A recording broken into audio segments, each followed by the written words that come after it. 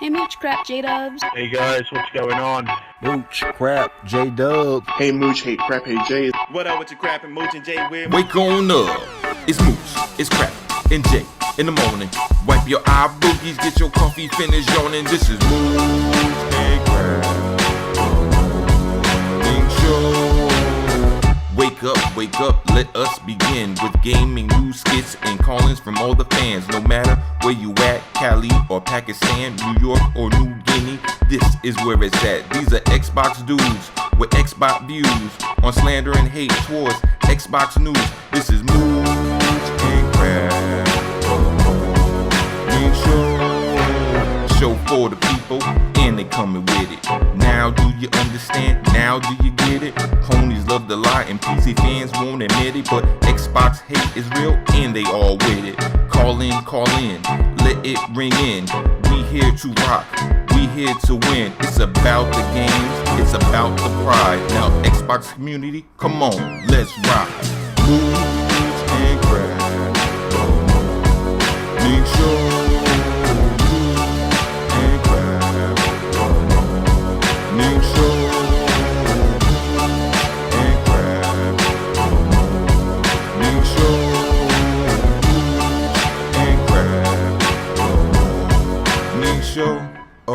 Mooch, Crap, JDUBBS. ¿Cómo están, bitches? Hey Mooch and Crap, hey Jay. Hey Mooch and Crap. What up, Mooch and Crap and Jay? What's up, Mooch and Crap? What's up, JDUBBS? Hello, Mooch and Crap. What up, Mooch? What up, Crap? Hey, what's up, Mooch and Crap? You guys have the best damn podcast on YouTube, bar none.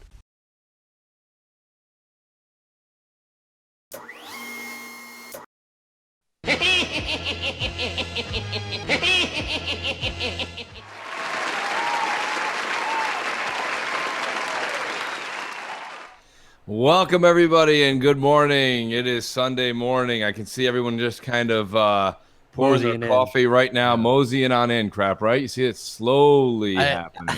I like the Skeletor. I gotta say that. Absolutely. Yeah, I'm a Skeletor fan. So I think the He-Man series it's completely underrated. Nobody talks about it. I loved that as a kid growing up. Well, you know what? Like it had there's this Netflix series called The Toys That Made Us that actually delved into the He-Man series. Really, really good stuff. Growing up, I was just like a huge He-Man fan. And so was my older brother, and we had like all the figures and stuff. I still have some, so like that's pretty cool. And they're coming out with a new movie next year. Really? So, yeah. Now, like movie like action? The way live action, or live action. Now, don't forget they had a He-Man movie that was out back in the late 80s. Yes. The people actually that made the He-Man figures and stuff hated that. They didn't really have much to do with it. It didn't have any of everybody's favorite characters or anything like that. It didn't take place where He-Man took place. It took place here on Earth. Right. I mean, there was a lot of problems with it. Plus, Dolph Lundgren wasn't really speaking English very well back then. No, he really wasn't. Yeah, you know what I mean. So it was really bad. So and they actually rebooted the TV show in the early 2000s, and that was a real good show. But then it just never really caught back on.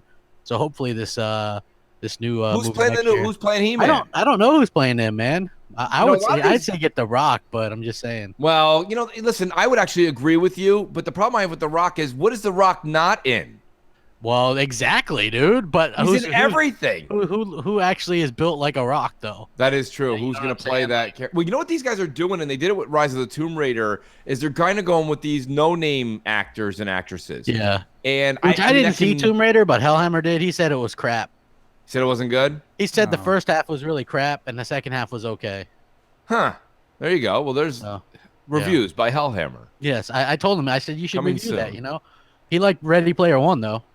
Apparently he gets to go see movies all the time. I don't get to go see shit. Yeah, I don't really go, to be honest with you. I don't go to. I may go for the Avengers. I will probably go for the Avengers, but not opening weekend. Isn't that's like a suicide run, isn't it? I mean, it's crazy. You're sitting next to. You're gonna like sardines in that theater, Crap. Yeah. Oh, I know exactly. That's why I don't want to, because I don't want to be forced to sit next to random people. I'm not comfortable with it. So. You almost like you look over and you're like, you're so close. You feel like their popcorn's your popcorn. Exactly. Or maybe because that's I'm a Mooch. You're like, hey, let me get some of that popcorn there. Yeah, you gonna finish that? That's one of my favorite lines. Thank you. Yes. So you know it's me if someone asks that next to you. But yeah, no, great morning. JDUBBS, how are you this morning, buddy? I'm doing just fine. Nice. Yeah, no, I'm actually happy that all the snow has melted finally in Canada.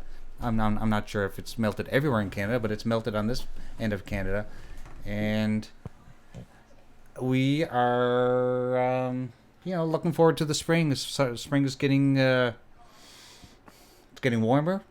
Well, I got news for you. It's not getting warmer here, buddy. There's no snow here in New York, but it is still freezing. I think we're at a high of 36 I gotta play this today. for G-Man. All hail Jay! All hail Jay! How much of that crap do you think was for G-Man? How much of that was just Jay playing it for Jay? Just probably Jay playing. I like to play for myself. Nobody likes Jay more than Jay. So. That's great. That is true. Julian, thank you, buddy. Yeah, the Mooch. Oh, crap this is great, buddy. I really appreciate the donation there. We got a lot to talk about, Mooch crap. And crap is okay too, apparently. So yeah, crap is okay. Well, hey, crap, that's fine because we get those. There's a lot of crap for presidents that are in the chat. That's Cruise Missile. I got one crap for president guy. That's Cruise Missile. I like how you guys are on a name-to-name basis. That's wonderful. Oh, man. And, good to see everybody here. Crap, we gamed so much on Friday night that I really laid low. I played a little Sea of Thieves during the day yesterday, but I just crashed last night. I was kind of talking to Jay about that. But I'm fully rested for the Walking Dead marathon and then maybe getting back into some gaming tonight. So yeah, we played after Crossfire, me, you, and Grave and Xbot played Sea of Thieves for like 3 hours. Yeah. And I mean, because supposedly they had patched it, and we didn't run into any cheaters or anything. So no. I mean, who knows? But as far as I'm concerned, they did a real good job with the game. Like, we were just having fun. I think we were what made the game fun, though. We were, I think pretty much everyone was drinking except me. And then basically what happened was we were doing, I'm on a boat. Like, pretty much. And like the snakes thing. And we were doing like my Tommy gun note. Like, Mooch was playing the clips through the headset and stuff. Dude, I got to be honest with you. Listen, this is what I'm talking about when I say Sea of Thieves. I don't care if you like the game or not. You got to understand, you put a couple of alcoholic beverages and a bunch of guys played it. It was hysterical, dude. We were just going rant after rant. The game kind of makes you say these old movie slogans. And we played, I think it's got Home Alone written all over it, right? Crap. I mean, we did 3 or 4 different slogans from that game. We should have streamed it. People would have got a kick out of it. Yeah, you know what? I don't know if we could have played the music, but yeah, like.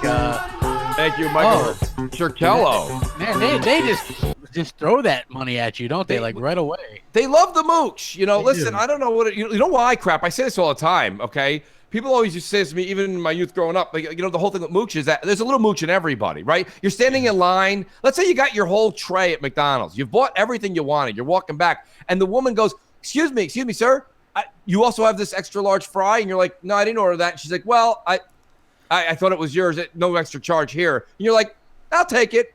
That's a little Mooch in everybody. Of course you're going to take the fries. Yeah. Who's not taking the fries? So, I mean, the whole point of the matter is that I think that's why everyone gives. They're like, you know what? I can really relate with this Mooch guy. I just took a free thing of fries yesterday. Well, you'll be surprised at how many people I see on my timeline just go, anybody got a free this? Or right. This? Hashtag mooching. You know what I mean? So, yeah. It's become a way of life. Mooching is a way of life. It is, and I find that to be actually pretty hilarious. So, it is pretty funny, guys. So I'm back to playing some Sea of Thieves. If I run into some cheaters, then I'll be done again for a while. But they did outline some future content, and that looks very promising. You could tell that they're rushing that out a little bit. Yes, they are. You could make the argument if some people were unhappy that some of that stuff probably should have been there to begin with, but they wanted to be reactionary. So I mean, it kind of is what it is. That's so great. Yes, there it is. Oh, there's a ship going across the screen. Holy crap. That's awesome. That's JDUBBS, baby. That is, man. Good job, Jay. That is pretty cool. You know what? That game for me is just fun. I'm a multiplayer kind of guy. Just like playing with your friends. No, it really is. I mean, shout out to Noof Nukem, Xbox, PMS Jordan's here. We got a lot of people here. That's real. Boom, boom, kaboom! I'm in the room. Boom, boom, kaboom! That was you guys. Boom, boom, kaboom! I was listening to a little bit of Crossfire, right? I always go back, crap, and listen to a little bit of segments of the show that we've done. And when you and I go off on the Noof, because Noof was in the chat, and we're like, boom, boom, kaboom, I'm in the room. I broke out in the laughter, and that doesn't happen a lot, but that is hysterical, dude. Absolutely. So, boom. I mean, I would say you use that, Noof. It is fantastic. Yeah. So it's there's actually a lot of interesting news and stuff going on. There's the big stuff, obviously, with God of War. Yes, getting fantastic. If anything, that just amps you up to get more excited for it. Absolutely. I think everybody's wanting to try this baby out for themselves. It's weird that it's releasing on a Friday, huh? It is, Crap, and I'm glad you brought that up because shout out to Tommy. Right. Shout out to Tommy Machine Guns, aka now I think he's Tommy Pizza to Pie. Tommy, he's hysterical. Tom's a great guy. I got a chance to game with him on Sea of Thieves a couple weeks ago. It was fun. But Tom writes me and he goes, Mooch, he's like, I heard over the podcast that you're getting God of War a physical disc from GameStop. And I'm like, yes, I am. He's like, check with your local retailer, but GameStop is releasing the game East Coast 9 p.m. I don't know if that's true. What the hell's going on with Jay in the background? Jay, are you doing laundry? Are you running a vacuum? Why do you guys hear some crazy shit? Yeah, it sounds like a wind tunnel back there, bro. You sound like you're Ace Ventura with your head out the window driving. Yeah, that's probably that's because my PC is like going nonstop with all these super cool effects that I've got running. I'll try to mute as much as I can. Sounds like a PS4, by the way. It does sound like a PS4. That's really great. Jay is now. We are sponsored by PlayStation because if it wasn't for them, we wouldn't have a show. Someone says in the chat, do you think if God of War was on Xbox, they would have given it a 7? No, but I don't think it would have gotten the 10s. Right? No, definitely not. But solid 8.5. Yeah, it probably would have been. It would probably be sitting at an 85 or so. 88. So, yeah. Like when you say that there's some media favoritism and bias, it doesn't mean that it's completely slanted or off. It's just those few points or whatever. Like that's right. Like when you look at Forza Horizon 3, that game's just a masterpiece, and when you see a place give it a 2 out of 10, that's more or less what I'm talking about. Like you notice nobody gave that to God of War. Right, so and you also see that happen with like I'm of the firm belief that if Ori and the Blind Forest had released as a PS4 exclusive, it would have been a 95 Metacritic. I agree. As an Xbox exclusive, it gets an 80 something.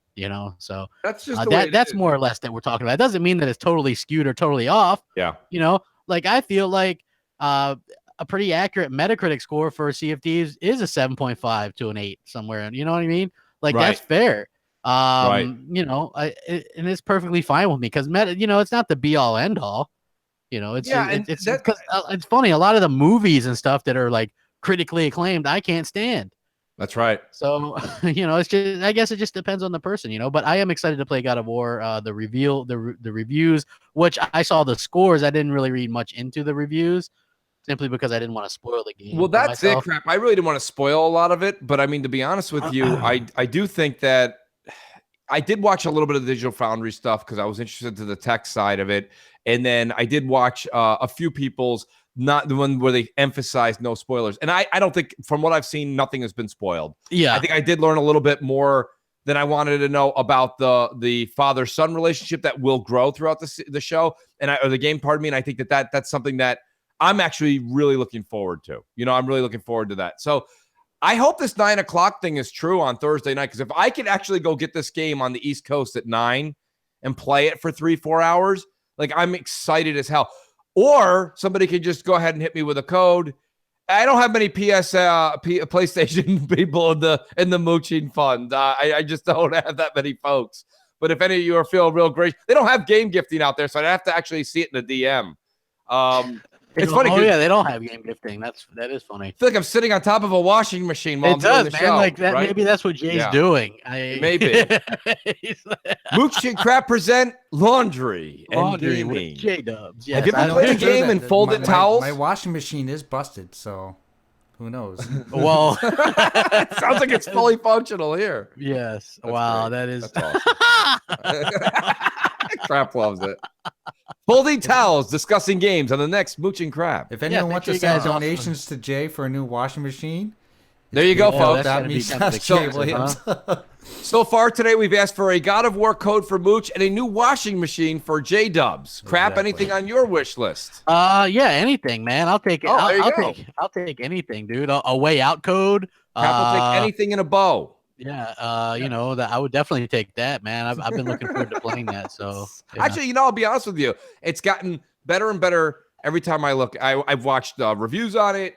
I've watched Let's Plays. I've watched people on Twitter put a few clips out. It looks good. Hey, someone asked, what do they score Spider-Man? 11 out of 10? At least. At least. I actually think Spider-Man won't get as nearly as good of scores as that. I say either. Nearly, but it'll probably get in the 80s still. You know, I mean, here's my thing about it. I talked about it on Crossfire, and this is just food for thought, guys. Take what I say right here and go check out a video and tell me what you think. I've been watching a lot of the behind the scenes on Game Informer and the clips they've been sending out as far as their interviews with Insomniac.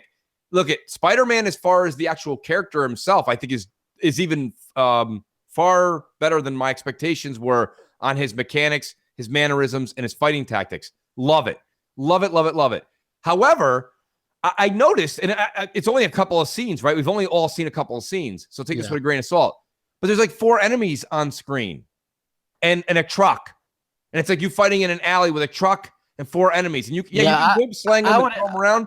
It feels like Infamous to me a little bit. Sorry, Crap. I would expect that same kind of thing, right? Like with, and that's just the limitations on hardware, you know? Right.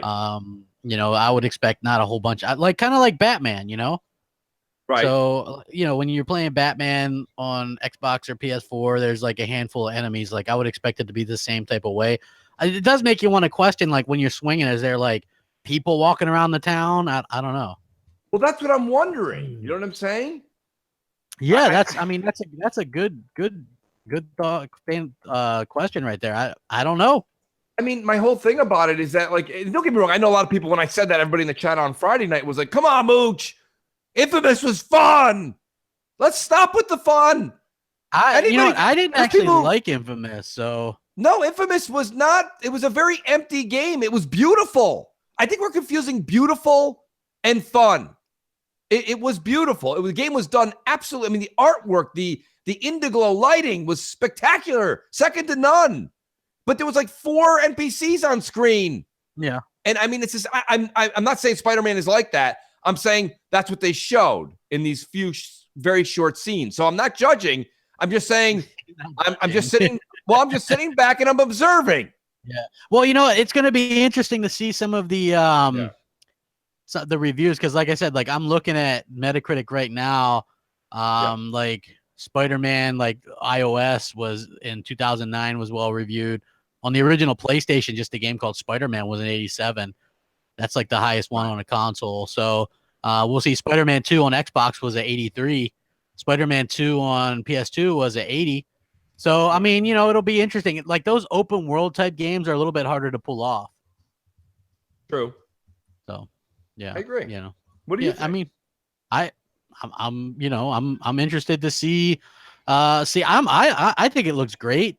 I'm not really too worried about it's Insomniac, so I'm not really too worried about the quality of it. I think it'll be fine. I wouldn't have wasted or pre-ordered another $150 collector's edition if I thought it was going to be bad. Right. So yeah, you know, I'm excited for it, man. Those are, you know, it's good to break out the old PS4. Absolutely. I mean, to be honest with you, I'm excited to play God of War. I mean, listen, guys, you know, there's people in the chat that, you know, listen, this is not about the console war. It's about observing. Okay. You guys all sit there and say, you know, Halo, Gears, and Forza's boring. All right, if that's all boring, that's fine. Then I can sit there and say, wait a minute, why are they showing this 2018 game of Spider-Man and I saw 3 people to defeat on a screen? I mean, I don't think that's crazy. And I've seen 3 or 4 different action sequences where that's the case. And I think that the only concern I have moving forward, I mean, you can't just sit here all year long and be like, everything Sony makes is perfect.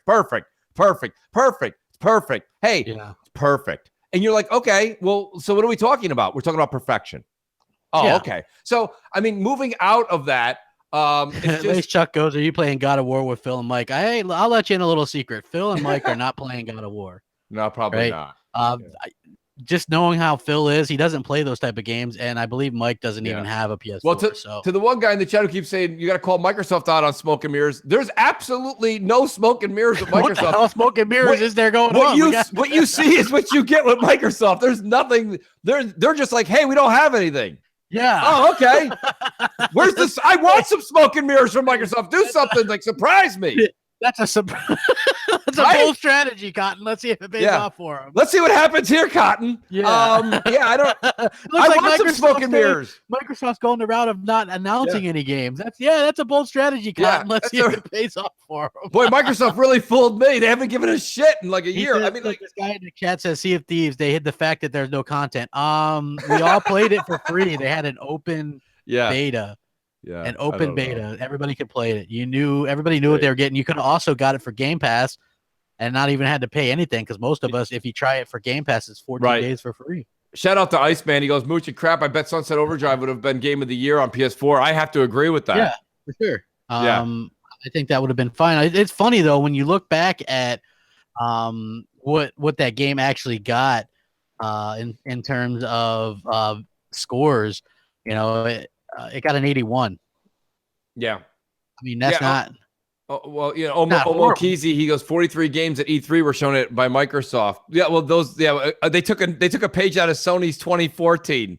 Yeah. 28 of those were indie games. Sony showed 14 games, and 9 of them were games that they had already shown the previous year, and the rest were VR, and 1 was a remaster, or remake of Last Guardian. So yeah, it's funny though. I mean, like, don't get me wrong with the whole thing with like, here's the difference between you've got, I love the trolls are great, they're fantastic. No Man's Sea. So you've got what is it there? Sea of Thieves. The difference between Sea of Thieves and No Man's Sky, ultimately, besides the fact that one also looks way better than the other one, is that I think that you can play with friends, and that's what changes it. So No Man's Sky is just you alone out there.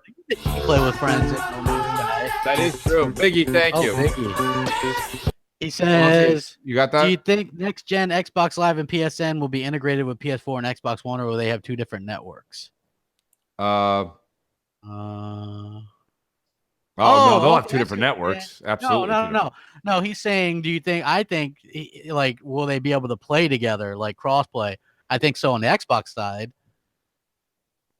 Maybe I'm reading it different than I thought. What he's asking is, okay, you know how 360 servers are different than Xbox One servers? Yes.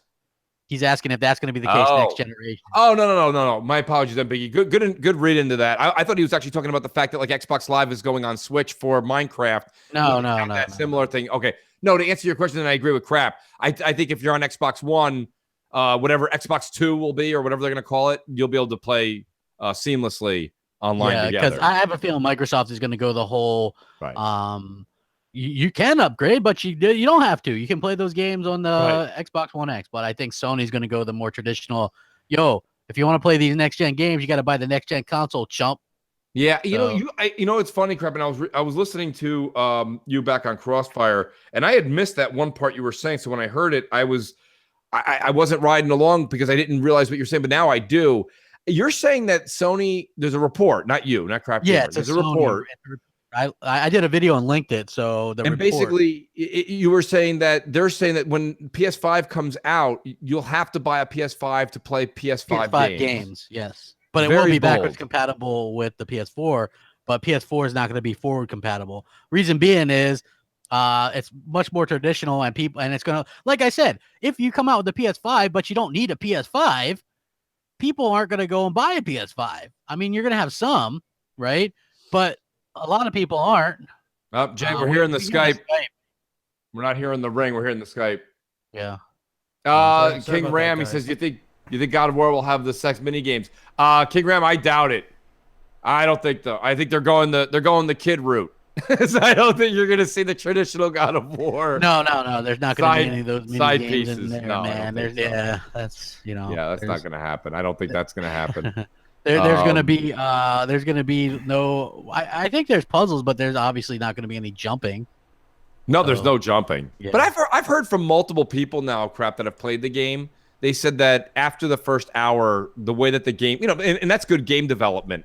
If the game is developed the right way, that I mean, probably you don't them need for jumping going out and doing that, and setting it up to where they kind of re-envisioned it or whatever. Bold strategy.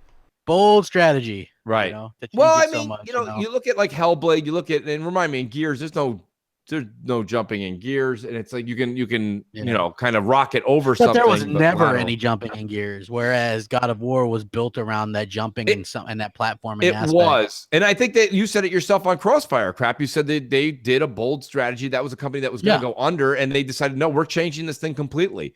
And I look at the generation we're in. Crap, I think it was the right move for them to do that. Not that the old style God of War would have done bad; it wouldn't have done bad. But I don't know if it would have attracted so many of today's youthful gamers the way that, you know, they like that over the shoulder look thing now. That's just the way it is. Yeah. Oh, I completely agree. I'm not, you know, I think that it's Ram goes, I got to keep teaching them about the birds and the bees. Maybe you have to, something they have to do without a video games assistance.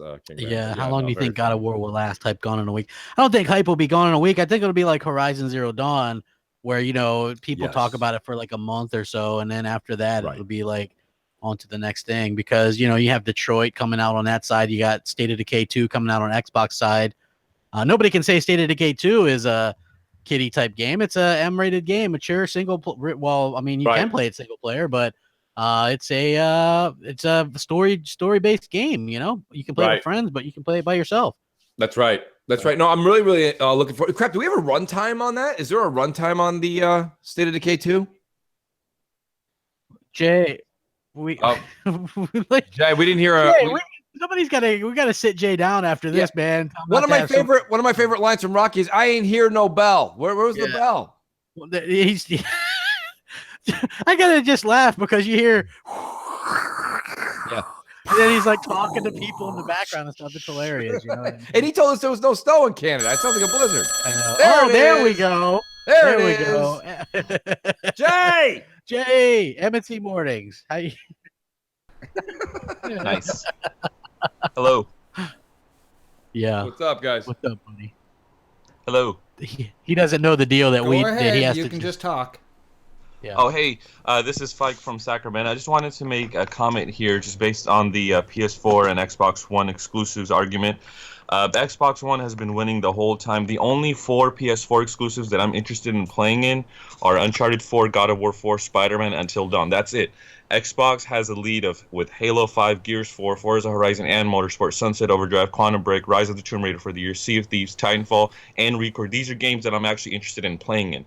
So I feel like this narrative needs to be spread out in the media more, and I think I agree with what Mooch says, is there needs to be an outlet in New York and in the East Coast that maybe shares this argument more, that presents it to more people. And I think if there were just booths set up in the public where one side has Xbox exclusives, one side has PS4 exclusives, then that would give us a more accurate estimate on what the public perception is, not from these media asshats that just say whatever they want. And you know, I listen to you guys all the time and appreciate what you guys do, and hope you have a great rest of your day. Thank you. Great calling. No, good to have a new call in, and it was very well stated. I mean, listen, you know, the whole thing with me. Just I want to do future reference because of the delay from the Skype. Yes. We can't directly interact and talk and be like, hey, what's up? Oh, how you doing? Great. You too? No, basically what you do when you call in, because we haven't mentioned this in a while, you call in on Skype, MC Space Mornings, and then you ask your question and then you get off the line, just like that guy, but like not that little bit of that mixed up at the beginning, because obviously it'd be too much of a delay. We'd be like, he's like, hello, and we'd be like, hey, how you doing? And then like 8 seconds later he'd be like, good. You know what I mean? Like, that doesn't make for a good show. No, good point, Crap. Good to reiterate. That has been some time since we stated it. I mean, my whole thing, like part of what he was saying was, you know, I think that now the world is such a small place nowadays, guys, right? I mean, with the internet, you know, we are gaming with the internet. That stuff's still around. The interwebs, yes, we are. We're gaming with people from the UK, India. It's great. Like, so my whole point is that everything you guys are getting, whether you're a Sony fan right now or you're a Microsoft fan, all of your information, all of your opinion, your heavy opinion, your well-documented opinion pieces are coming from California. And here we go with the California rant. Well, no, it's not a rant. I don't see how it's fair that we don't have someone writing out of New York, or someone writing out of Texas, or someone writing out of Florida, or someone writing out of Oklahoma. If they were doing it, who knows? They probably wouldn't be Chicago snowflakeish enough to. Well, that's the thing. Like, I think that you're getting. Don't forget, these guys are all friends too, right? So everything becomes a melting pot. And what happens is everybody that's out there. I'm using the San Francisco area. I don't mean California as a whole, but really the San Francisco area is the hub of this of this, and and it kind of bleeds up into Seattle and that area. But like that area over there all have a certain thought. They have the way that they live, the way that they it's the same thing we do over here. But it would be, I don't want it all to come to New York either. I think it should be 50-50. I think it would be really, really cool to start getting a different opinion from people that sit all over the country or all over the world. Yeah. You know what I listen to a lot of times? I listen to IGN, the UK edition of IGN. I subscribe to them and listen to them because they have a different feel and approach. Yeah, games. I do have to agree with you, because if you look at things like, and I don't really care what side, because I'm not really a political person, but if you look at the political landscape, California is very much one way, very liberal, very kind of feelings and this, and you know what I'm saying, a certain kind of way. Yeah. It would be nice to get a different perspective, maybe some from outlets that are a little bit more That's ballsy. all I'm saying. I don't think there's anything wrong with that. I don't see why. I mean, look at everybody. I mean, all those guys, all of them are like, they're like, when E3 comes, they're like, oh, time to pack my duffel bag and go 2 hours south. It's like, what? Yeah. It's like everybody lives there. They're taking selfies all over the place. Trust me, I get it, right? Like that. It's, believe it or not, it's like they're like how Microsoft culture is.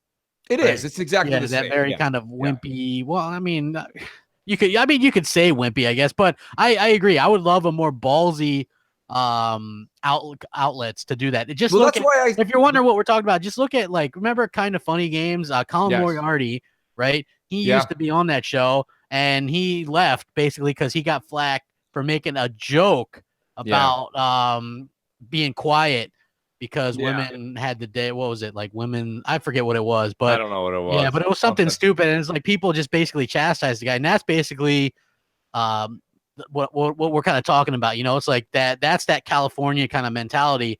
And it would be nice to get some other. It would just be nice to hear someone else's opinion from anywhere else. It doesn't have to be New York. I say that all the time. People always misconstrue it. Of course, I'm from here, so I'm biased, but that's not the point. I'm saying anywhere else. I just told you I get most of my news from the UK sources. I do. Yeah. I listen to them because at least I understand they're all under the IGN umbrella. But you do get a different. I can't remember her name. I thought it was Lucy something or another. She does a lot of reviews for games out, and she does. I don't remember her last name.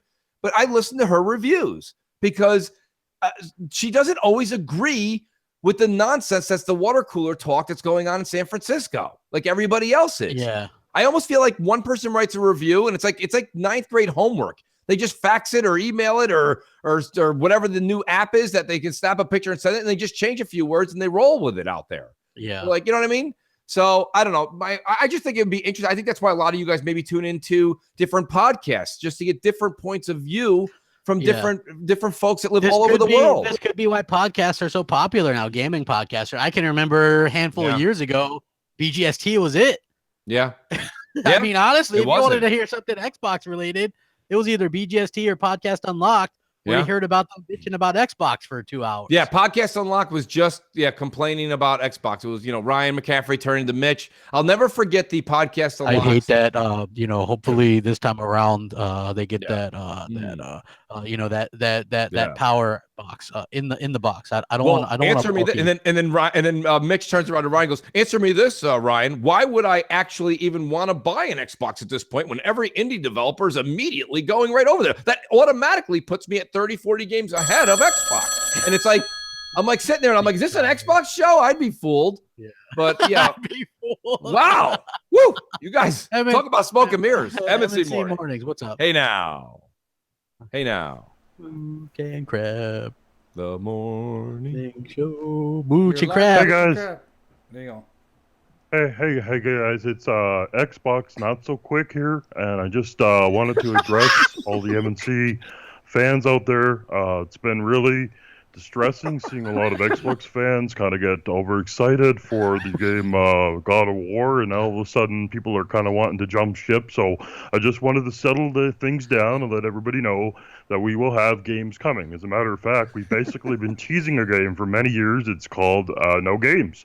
And that's the actual title of the game. It's called No Games, and it stars a little character by the name of Phil the Bad Hammer, And what he does, he goes around like Jason Voorhees, and he basically closes down studios, but you can't destroy him, and it's going to be a really enthralling game. So, no, look, Xbox is going to be just fine, guys, so don't freak out. Don't start throwing your consoles away, and if you do, please send them back to Microsoft so we can send them over to some third world country, so that way, because they don't really give a shit if they have no games. They'd be happy staring at the console. So make sure that you do the right things here, guys, but don't jump ship. We're gonna have our very own games coming out here soon. If it's not God of War, maybe we got Queen of Whores. I don't know, but we're going to find something for you guys. So just wanted to jump in and tell everybody, settle down. Things are going to be just fine. Thanks, guys. Mooch and Crab, JDUBBS, you guys are fantastic. Awesome. Hey, what a great Mike. call. Yeah, hey, man, what other podcast could get Mikey Barra? No chill still. That's so true. That's so needed, too. That was awesome. Thank you, Mike, and No Chills. That was awesome. Boom, boom, kaboom. I love Kaboom with me. So good. Queen of Horse. Oh, that was good. Good stuff. You know, Crap, we haven't even taken a voicemail yet. Wait, how many do we have today? I don't know. Nobody asked. We 20, have 29,000. We have 6. There you go, 6 or 6. Okay, that's not too bad. Let's go ahead and rack one of those up. Let's rack it up. Okay, so first on deck we've got CV Killer 617X. CV Killer. What's up, Mooch, Crap, JDUBBS? It's CV Killer 617X from Xbox. I just seen the God of War review. As Mooch said, the PlayStation fans have lit a match and passed out from the masterpiece review that it got. I don't like that people are comparing it to Sea of Thieves. Sea of Thieves to me is new IP. God of War, it's basically already got a name for itself. Would have been a different story if it was Kratos versus Master Chief. That would have been a battle. But my question is, we know Halo is not coming out this year. It might, but I want to know what you guys want to see in the next Halo game, story-wise.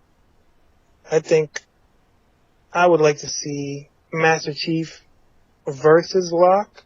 I think that would be pretty cool. And if they can bring back the BR system from like Halo 2, Halo 3, it'd be a lot better for me. That's about it. I want to know what you guys think, and hopefully you guys have a good morning. See ya. What do you think, Crap? Well, here's what I think. I think that it's asinine, literally asinine to compare the two games. Yeah. The only reason why people are going to compare them is because those are the two newest games that came out, right? That's right. That's right. It's ridiculous. It's absolutely ridiculous, you know? Yeah, I haven't quite put my finger on how that's even feasible. Nobody's going to take a documentary that comes out in the theaters and put it up against Star Wars. Yeah, exactly. You know, I don't really understand.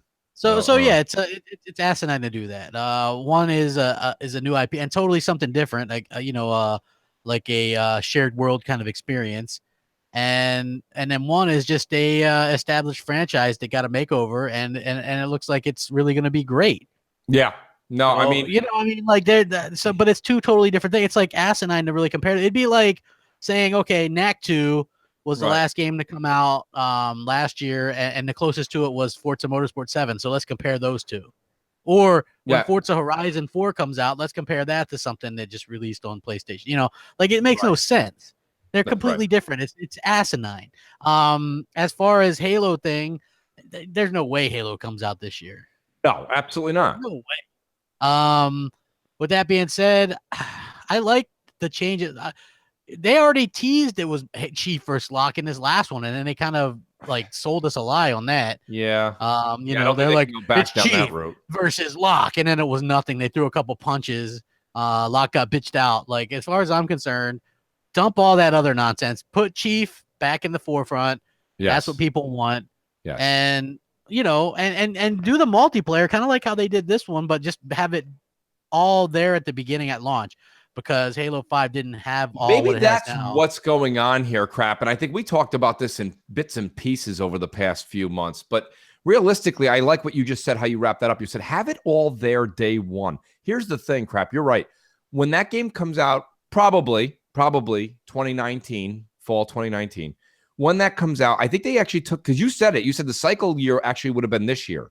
Yeah. So in order to give them the extra year they needed to make sure that all this stuff is functioning, all gears are firing, they had to take that extra year. And I think that's okay. You know, this Halo coming out would have only been like a stopgap for Microsoft this year.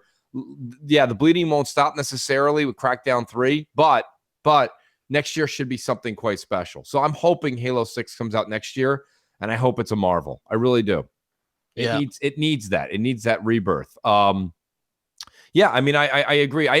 Xbot's in the chat. Xbot always says on Crossfire, so I'm kind of putting him on the spot. Xbot, I don't know if you can find out or if you know already, but I heard God of War physical release will be 9 p.m. Eastern time on Thursday. Is there any truth to that? If you can find out or let us know in the chat, I'd like to announce it so people know. Because I buy all my games Crap on PlayStation physical disc for the most part. If it's something like this, I buy it physical. I have bought digital content before, but like Horizon, Bloodborne, Ratchet and Clank, it'll be the Uncharted collection. Oh, I have all this stuff and I have it on physical disc. It's just the way it is. So are you the same way? Well, I have a lot of stuff, but I have a lot of VR games and stuff. So I have that. A lot of that stuff is digital because some of it's only digital. So, but I do buy like, God of War and all that stuff is going to be physical, because I got the collector's editions. But yeah, I do tend to buy that stuff more physical. Okay. I guess the thought is if I ever wanted to just ditch it, it'd be easier to sell. I mean, I don't ever sell stuff. It's so weird. Yeah, because I see a lot of this, right? Like we see it in a timeline. It's not just like, the obvious one people would go, oh, you're talking about Blue in particular. No, not her. There's just a ton of people I know that had PS4s and sold them. Hellhammer, Z, Tim Dog, Blue, GKB, and She-Wolf. Everybody I know has had a PS4 at some point this generation and sold it. Yeah. Right. I mean, so, I've always said it.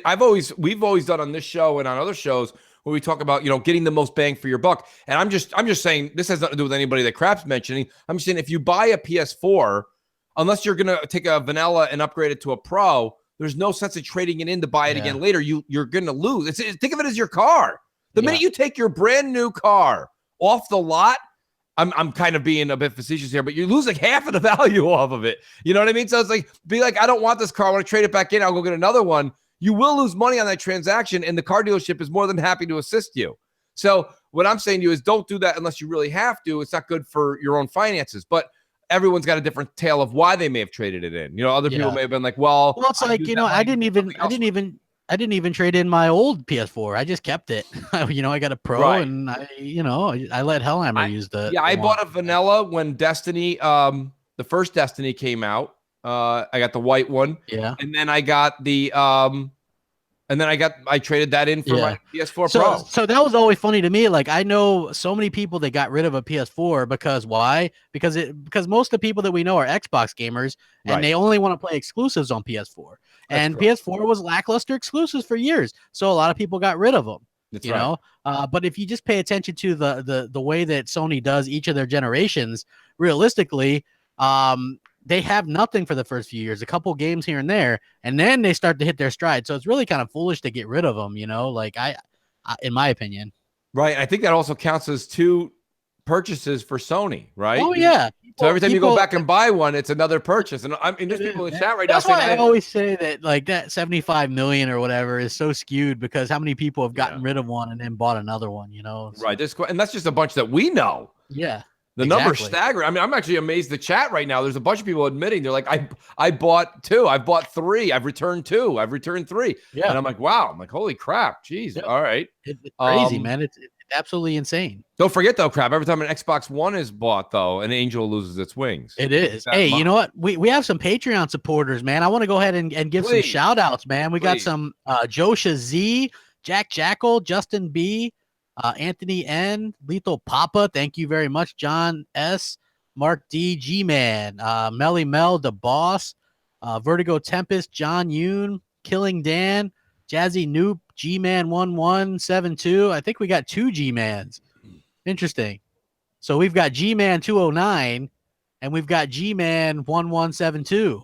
Interesting. Dirt Griggity, Dr. Diabolic, Fuzzy Belvedere, Luke C, Vec Boss, Gaming Forte, David B, Dodka Vodka, Mark B, Michael Ciccarello. I think that's how you say his name. Right? I think it's Churchello. Okay. Sean D, OBX Blackbeard, Snotty Kleenex, Ray Barada, Niet Musovic, Michael B, Primal Data, Joe E, Stinking Corpse, Anthony B, Prinz X, Christopher Lugo. You guys all rock. Thank you guys so much for rocking out with us and supporting us on Patreon. Today we're going to do our Patreon wheel spin. Yes. Which somebody's going to get a free game or a year of Xbox Live or your PSN. Whatever you want. What a great time right now. Somebody could be getting God of War for free, crap. Exactly. If maybe you want God of War, you can get it. You can get it. Yes, absolutely. Well, for an Xbox Central show, we really do cater to all platforms. Yes. I know. Everybody take a seat and put your seatbelt on for that one. Hey, Jay, I like the custom gamer picks thing that you fit in there now. Is that new? Yes, it's very new. Yeah, so I added that, and I added so that everyone can see your Twitter handles and your Xbox I like handles. that actually. That's pretty cool. Very cool. Yeah. I like it. You know what? The one thing with me, crap, the more things on screen are just better. Yeah, absolutely for our show. I mean, I already think that our thing to Resistance is the Craig Duncan interview, though. Like, absolutely. Lock it down after that, man. It's hard to really top that. I still got people that message me and they're like, "Holy cow, that was a great interview." Jesse Darby says if he wins, I get to keep it. He's giving it to Mooch. Oh, damn. Hey, Jake, can you go ahead and throw a Mooch pie square into the? No, please don't. I'm just kidding. But do it anyway. No. Hey, True Racer says he pawned his PS4 from lack of use, and now he just got God of War free, so he needs to go back and get it from the pawn shop. Yeah, well, no, actually, no. True Racer showed me a picture yesterday of his free God of War and his he has a PS4. Yeah, it's a 420 PS4 nonetheless. Very interesting. That is good stuff. JDUBBS, who do I got on deck? Yes, let's do a voicemail. We have Daryl Doom. I have a feeling that Daryl Doom was Dr. Doom at one time. I think so. I can't say that for sure, but yes, Daryl Doom is on deck. Daryl Doom. Bring Daryl Doom on. Yo, Mooch, Crap, J, Chat, what's going on with you? Philosopher Doom in the building. Scheming and green teaming. Anyway, quick question for you guys. I'm sure we all see the attention that Spider-Man is garnering for the PS4. Them acquiring that as an exclusive, that's a huge thing, and I think that's definitely going to be a system mover. My question is, do you think Microsoft should be utilizing their relationship with Disney to acquire their own hero exclusive? Now, I'm not too privy about how that inner workings of exclusivity works, so school me if you need to. But I think a Punisher for the next generation would be fucking insane. Moon Knight would be a pipe dream of mine, but we all know how that's probably gonna go. It ain't gonna happen. But anyway, what do you guys think? Should they better utilize their relationship with Disney to get a hero exclusive, or is that something that you don't see happening? All right, fellas, shout out. Peace. Yeah, first of all, great call. And second of all, Jay, no, I don't think that was Dr. Doom. I think this is a new caller, and that was cool. Maybe not. Yeah, that's great. The more new callers, we welcome that and we appreciate it. Crap, the one thing he said at the end there was the Punisher game. Now, listen, I got news for you.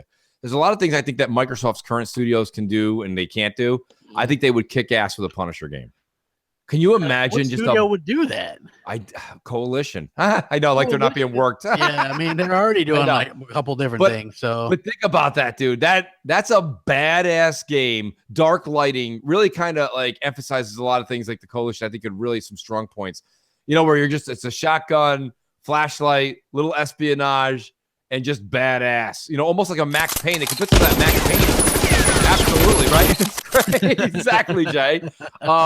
Imagine having that slow motion effect with a Punisher, like getting Max Payne-ish kind of style in that kind of game, and it brings the clout that the Marvel industry can bring with it.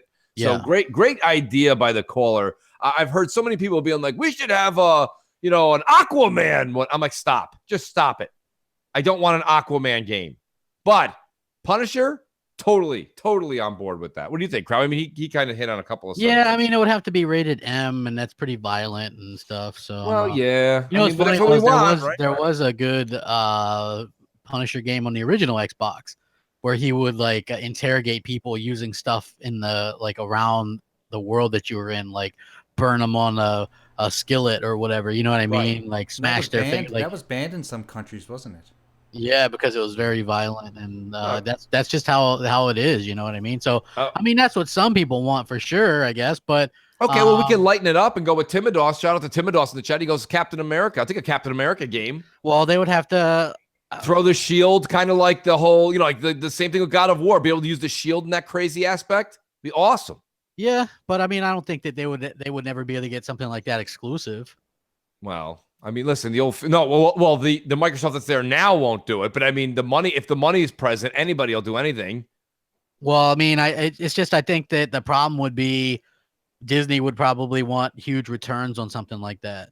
Yeah, but here's the thing. It's going to do well. You're going to make your money back on it. And even if Microsoft wasn't to make a lot of money and they had to give a lot of it to Disney, let's be honest, Crap, it shows good face and good fan service. But this isn't a good that's just Microsoft wouldn't do that. There's just some ideas that you see and then you're just like, no, Microsoft's not going to do that. No, they ain't going to. Yeah, they're not going to do that. No, they're not. No, so I mean, I'm with you on that. Things about Super Lucky Tales 2 though, so we got that going for us. And Record 2, I heard, got an extra $10 thrown into the budget. Yes, now they're they've got Mooch and Crap are doing the background for the. Yes, we're now.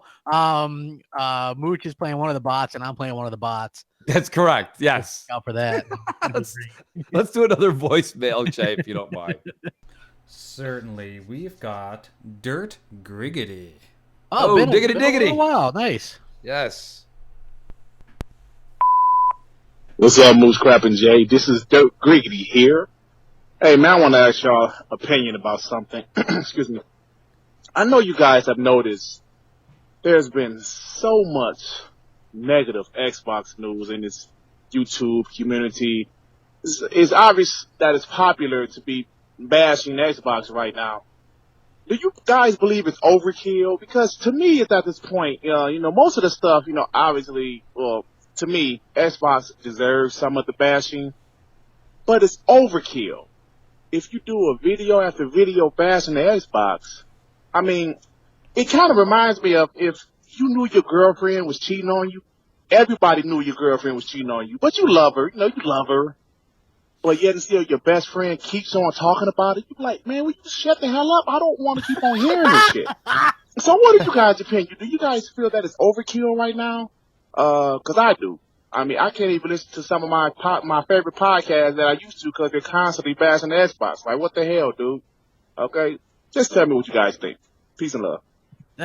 That's a great call-in, actually. That's a good call-in. You know what? It's overkill, but you know what the problem is? The problem is it's popular to hate Xbox. Surprise, surprise. Right. Some of that disappeared, but now it's gotten back to the part where it's popular to hate on Xbox again, and so people are going to hate on Xbox because the popular thing to do. And the fact of the matter is, a lot of the people that you had that were pro Xbox are maybe a little bit disenchanted due to that not getting some of the game types that they want or whatever, But I think this E3 is going to be incredibly important for a lot of people. Yes. And, it's going to be something that is going to make or break it for a lot of people. Not me personally. Right. Because what am I going to do? I mean, the X, at least for the next couple of years, is the most powerful place and best place to play all the multiplats that I'm going to be playing. I know that I'm going to get Gears and Halo and Forza, which are my favorite games. Right. So yeah, why would I? Look, I mean, let me put a coating on all of this for everybody. I mean, realistically, this is what the game companies all want. They want you to have all three. I mean, they really do. Like they're all like Nintendo's got their flavor, Xbox has got theirs, and Sony has theirs. There's no doubt, right? No matter what you want to say, Sony is killing it in the single player category. Like that's just not really debatable at this point in time. But Microsoft is killing it in the multiplayer space. And I know a lot of you are going to not like to hear the old games thing, but Halo, Gears. There's like Gears multiplayer is still top notch, and it just, first of all, Xbox Live plays better, feels better than PlayStation's PSN. And the controller. I mean, I understand if you've grown up with a PlayStation that you're like, no, Mooch, I'm not picking up what you're putting down on this controller thing. But the triggers and the non-parallel, if you will, or no, running parallel, symmetric. Symmetric. Well, that's great crap, but I'm not coming around. That's the thing. I think that there is no real I belong here or there. You see people selling an Xbox and buying it, or selling their PS4 and then buying it again. Like, I think you don't have to do it day one, but I think we all own the systems. It's not like it was in 1988, okay, or 1993, when it was like, I'm just buying a Genesis because that's all I can do. Like, everybody can go out there. It's within their means to get all three consoles over the course of the generation. So you can't really, there's people who are like, oh, I can't go grab a $200 PS4 Slim right now. Yeah, you can. I saw you at Cheesecake Factory having 3 beers. That's literally right. You have 2 entrees, 3 beers. You're almost at like $98 with your better half. Like, you can't say you don't do it. You do it. There's people like, I can't go get an Xbox One, yet you went to the movies 3 times last month. They're $20 a piece for IMAX. Look at, the whole point of the matter is that you can do it and you will do it. And we all do it. And me and Crap own all the systems. You'll do it. If you don't, you'll make an excuse as to why you can't. Right. So. You can't make an excuse that you can't go mid-generation to go pick up an Xbox One S right now. I mean, Xbox One S was $179 or $189 with like 8 games, over the holiday. It's like, come on, man. You can, and this PlayStation had a $179 tag with 2 or 3 games. Yeah. So there's no reason you can't go grab that. And if Nintendo's not your cup of tea, then Nintendo's not your cup of tea. That is a distinct flavor that you have to like. And if you don't like the games that they have in their first party, then that's not for you. But your Sony and Microsoft purchases are inevitable. They're inevitable. Yeah. M&C Mornings, what up? Thanks, Jay. Great Canadian web slinger, Mighty Spidey here. All hell Jay, all hell Jay. Just a little side note there for you, Crap, for the Ravens. You guys I know about the receiver. Sorry, I screwed that up. I'm not a fair weather fan. I know a lot about football, but I missed that one. You guys just signed RG3. I think that's a big sign, and you may think he's crap, but dude, this guy's got a lot of potential. He just needs the right type of coach, and Harbaugh's a good coach, so hopefully things will work out for you there. I thought that caller a few calls ago about all the exclusives, named 4 exclusives for Sony. I thought that call was right on. As far as I'm concerned, I think there's only been 2, not including God of War, there's only been 2 AAA first-party games for Sony this whole generation. You can correct me if I'm wrong, but Horizon Zero Dawn and Uncharted 4 are the only 2 games I know that are first-party AAA games. Another thing I want to just bring up was like Sony, no games that are ever created on Sony side comes to Microsoft. But games that are created on Microsoft side, like exclusives, sometimes come to Sony side. Like, in case you forget, BioShock was an exclusive just for Microsoft. And then after a year, they allowed it to go to Sony, and they allowed the second installment to go multi-plat. But the first installment, when it first came out, was completely exclusive to Microsoft. Same with, I don't know if you remember about this, but PopCap, Plants vs. Zombies, the first one, was exclusively to Microsoft.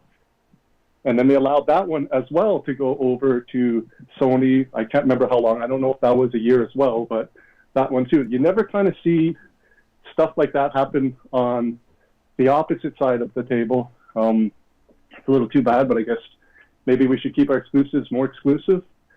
Also, I just wanted to know, I think like what you were saying about the having someone from New York, I think that a great idea would be to bring E3 to New York 1 year, not completely, just 1 year, just to change things up. And if it did come to New York for 1 year, would you, Crap, and Mooch, and maybe JDUBBS, would you guys go down to New York and have a special show? I would love to see that. Anyways, waiting for your response. Love you guys. Keep up the good work. Take care. Yeah, I mean, I'll answer that last part. I would definitely, whether Crap says yes or no, I'd drag him there. We would definitely Well, be on the East Coast. It'd be much easier. I live in America's wang, so it's hard to get over there. I don't fly. So a way no one's ever heard Florida described before. Yes. Outstanding, Crap. Thank you for that. Yeah. But nonetheless, I think that that was actually very funny. But I think, and like I said, I don't like to keep saying New York. This is not a New York, California thing. It's really just another anywhere else thing. It's an anywhere else thing. And I gotta figure that there's more people listening to shows and game that are that live like east of California. I think there's a few of us. And I don't know why we can't have it in a different area and just get. I mean, E3 over here, that's fun, but that doesn't really impact what I've been talking about. You know what I mean?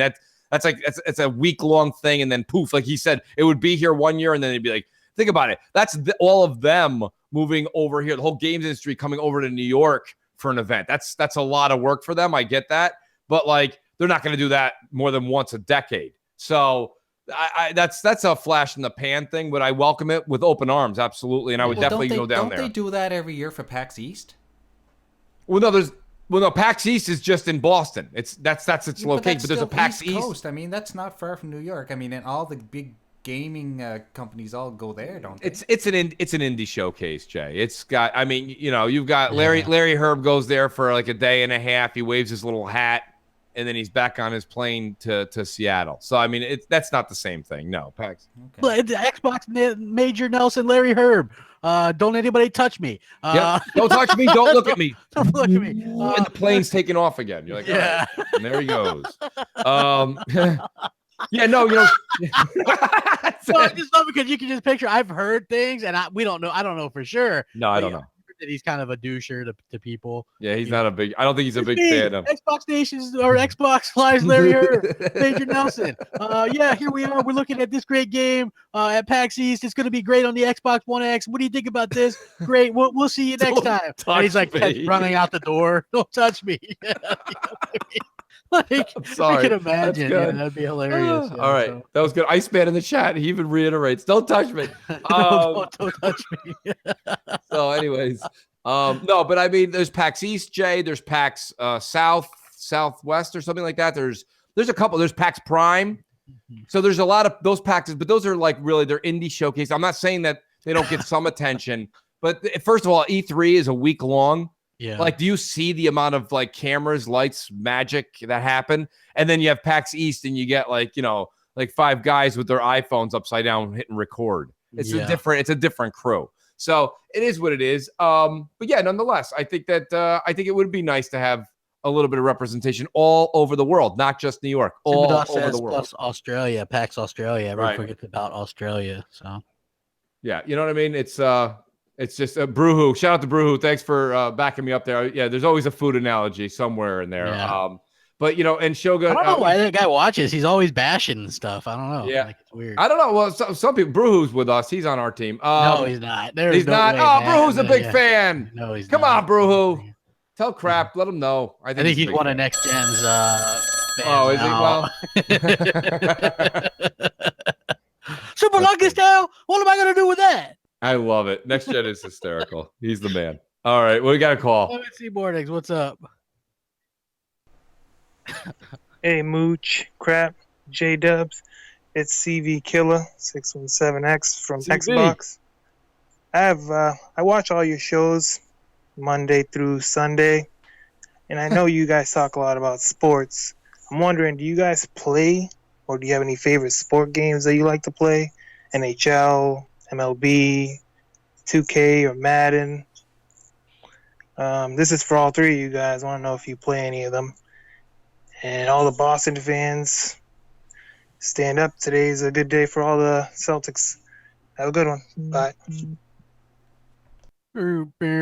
I like Madden. I play Madden. Yeah. I mean, I don't know. What do you mean by Boston? What's going on in Boston? I have no idea. Something. They're probably maybe Tom Brady's retiring. I don't know. I don't think he's retiring. Oh, he should. He should definitely retire. He should retire. Listen to Crap. It's so great. He should have retired years ago, to be honest with you. Yeah, I don't know. But NHL every time it comes out.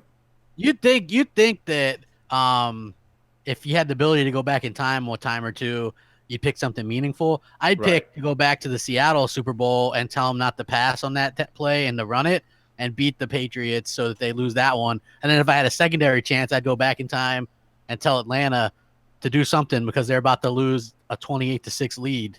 So you know, that way, Tom Brady would have had lost 5 Super Bowls. Goat my ass. Goat my ass. I love. You know what's so funny? There's so much there's so many rivalries in sports that like everybody really, really kind of gets into, and because I'm always on the other side of the rivalries, right? I'm a Mets fan, so the whole Yankees Boston the Oriole thing, nobody cares. Screw the Yankees, man. Those guys suck, dude.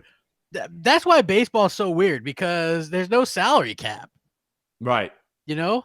Right. It is weird. It is odd. But the Mets are in first place, everybody. So actually, there is denying that he's the GOAT because the GOAT doesn't sit there and lose that many championships. And I could debate this all day. The guy plays in the weakest division in football for the last decade. Name the quarterbacks that have been for the Bills, the Dolphins, or the Jets in the last decade that are worth the shit on your shoe. Yeah, there's none. Hey, if you have 6 easy wins every year in your division, get out of here. It's like it's Crap's going into it. That's great. Get out of here. I do like hockey a bit. I like the Lightning. Can you guys answer me a question, please? Answer me this question. Go ahead. Why is it that Americans do not like hockey as much as Canadians, yet the American teams have been winning Stanley Cups for the last 25 years? Like Montreal won the Cup 25 years ago. I know that because I'm a Montreal fan. Why is it that the Americans aren't as passionate about hockey, and you guys have a team in all your major cities? Sometimes you have 3 teams. New York. And it doesn't make any sense. Why? Like I talked to some of my American friends. I talked to some of my American friends, and I say, do you play hockey? Do you play NHL? Do you watch it? And they're like, no. Like, no. I mean, well, let me answer this answer is a little bit convoluted, and all of the games sell out, Jay. I can tell you this much: Madison Square Garden, when the Rangers are playing, it's sold out. So there's tremendous live feedback. People love hockey live. A lot of people just feel that hockey is of course, the ice version of soccer. And I don't know, for some reason in America, my timeline is full of people from the UK and Europe. And like on Saturday mornings, I'm getting every update on Arsenal. And I don't even know what these teams, but like there's just tons of soccer info. So with hockey, for some reason, we really do like it when it comes to the playoffs. But listen, baseball is America's sport, and most people don't watch baseball till the playoffs come around. So you can't really feel bad there. Like I watch a lot of baseball, but that's unusual. Like most people don't, and I don't ever push that on people. I'm not like, you should watch more baseball. Like I can understand where people think that's really boring. I just happen to really like the sport. Played it for a while. I really enjoy it. Like that's a great, great game. But I know your frustration, especially being Canadian. I personally think that, when someone says to me, even though I live in New York and I think the Rangers, even though they haven't won in a while either, they've done very well. I say all the time, I'm sorry, but I think a Canadian team should win the Stanley Cup every year. That's your sport. So I always tip my cap to the Canadians. And as a Canadian, I understand that 75% of the players on the American teams are Canadians. Absolutely, we have a large percentage of Canadian players on those teams. But also as a Canadian, it drives me nuts to know that places like Florida have a hockey team, and that you can't even make ice in Florida. Yeah, and now Arizona and Arizona's like they're doing terrific, and as a first time franchise, it kind of. It's almost like a kick in the face to us Canadians because we grew up with this stuff. We're basically fed it from birth, and and we can't even get a team together. Like now, I got to sit around and watch the Toronto Maple Leafs, and that kills me to know that I have. No, I'm sure it kills you. I mean, it's been the opposite with baseball. There's no more Montreal Expos. I think there's only the Toronto Blue Jays. The Blue Jays. That's it. Yeah. So, because realistically, the interest for baseball is not in Canada. I mean, that's just the way. Noof's doing some really good jokes in the chat. he's like, I can't remember what he said. Something about like pitch the ball, scratch yourself, spit. Yeah, baseball. For me, like those sports, hockey. No, chill, still. That's so good. Perfect. I can only watch them around the playoff time, but we should probably take another voicemail. Okay, so we've got Fury 13. Hey now, bring on the Fury. Hi guys, this is Fury 1386. Hope you guys are doing great. Guys, as you know, recently Phil Spencer responded to a tweet from Ryan McCaffrey in which he said that Microsoft had been focused on bringing services and hardware, and now they're focusing on software. Guys, I have a problem with this statement, and I would love to hear your thoughts. How come a smallish company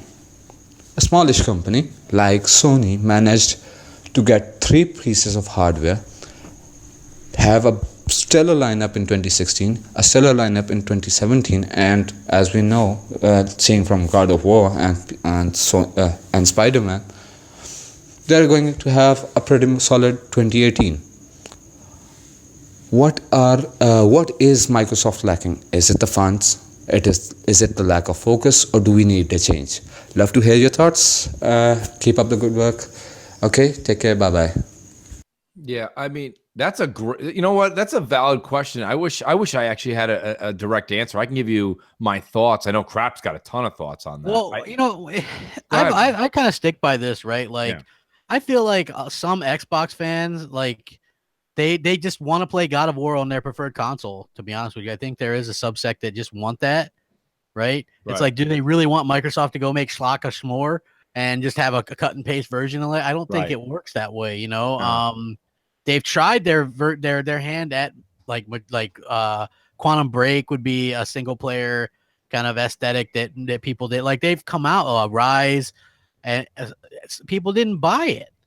You know, I hear people kind of throwing out the Hellblade thing, and while I think that's a fine game and it really addresses like the mental health issues and stuff, that game is not for everybody because it's looking puzzles, and the graphics are great. It's a graphical showpiece for sure, but it's looking puzzles. You stare at stuff. That's not going to be for everybody. You got like voices, that incoherent voices, and that's part of the thing of the lore of the game and addressing those kind of mental illnesses, and that's great, but that's not going to be for everybody. Yeah, I mean, not just that, but I mean, he's asking how can Sony, which, realistically, if you look at their bank account, is so much smaller. Shut the damn dog. But yeah, I agree. I don't really have an answer for how that they can come out with that much hardware and have all these games that are coming out. Here's the thing, right? They're like, we have had new IP. Sea of Thieves is a new IP. It might not be the new IP that, some of these hardcore guys want, but it is new IP. Recore was new IP. Yes. Quantum Break was new IP. Rise was new IP. Sunset Overdrive was new IP. Right. It's here's my question. Here's one of my questions I would ask Phil, because nobody will ever ask Phil these questions that are doing like true media. I'd say, you know what? Why did you decide to release Recore when you did? Because it didn't make the major splash. If anything, it probably hurt you a little bit because it looked like a AA game coming out of your own first party. And I don't understand why wouldn't you have let that bake in the oven longer and put this thing really like a showpiece out there and be like Recore? It's a staple. That our Recore could have been like the Horizon Zero Dawn. And why not let that thing fester and get more people working on it, some true talent in the industry? All we keep seeing on Twitter is so-and-so studio closed up. Who's going to absorb these poor folks? Well, how about Microsoft absorbs them and put them into a game like Recore? And if Recore came out this year in September, and it had another 2 years to bake in the oven, it would have been fantastic. Throw some more money at it. I don't know why they just rushed to get that game out. I thought that was piss poor, to be honest with you. Well, the game wouldn't have been fantastic, and it's the way that it is because the game sucks. That's the problem. Yeah. Well, the main problem would have sucked if they had another 2 years. Well, yeah, it would. If you got to go back and look for cores and dig shit up, that sucks. Oh yeah. Nobody wants to go do that, right? Yeah. I know what you're saying, Crap, but I'm trying to take this to the nth degree. I'm saying if you brought more talent in, if they do a sequel and it's just going around and you're shooting with the RPG elements and you don't forget about it. Dig up cores, that would be a great game. Good story, like I liked it. But who the hell? It's the same thing that with Hellblade for me. you're just like, I'm holding my head because I'm sitting there trying to look for an H somewhere. Like that's what. Oh, you need more cores to open this door. I know. Let's search around all over the place with no idea where to look. Like that's so stupid. I'm gonna pitch it to you, Crap, and I know it's not. And we got a call. We got a call. I think if you played Hellblade and played it, the thing that engulfs me into the game is the voices, the whole head thing. That's part of the narrative that I'm digging, and it's not that long of a game. It's only 8 hours. Yeah, So I mean, if it was a 25-hour game like that, I'm in your camp. No way, I'm doing that for 25 hours. Who's next on MNC Mornings? Come on down. Pooch, Carp, JDUBBS. I've rang in quite a few times. That's interesting. Got some news about relevancy that has come in with Xbox recently. Zair's been talking about it, about how YouTube, their YouTube channel has 2.4 million subscribers, and I was just wondering myself how relevant it was, because as you know, I keep asking for Escape 4 and we don't get anything. EA don't seem to be doing anything, but there's a YouTube channel called Braille Skateboarding, and they've got 3.1 million subscribers.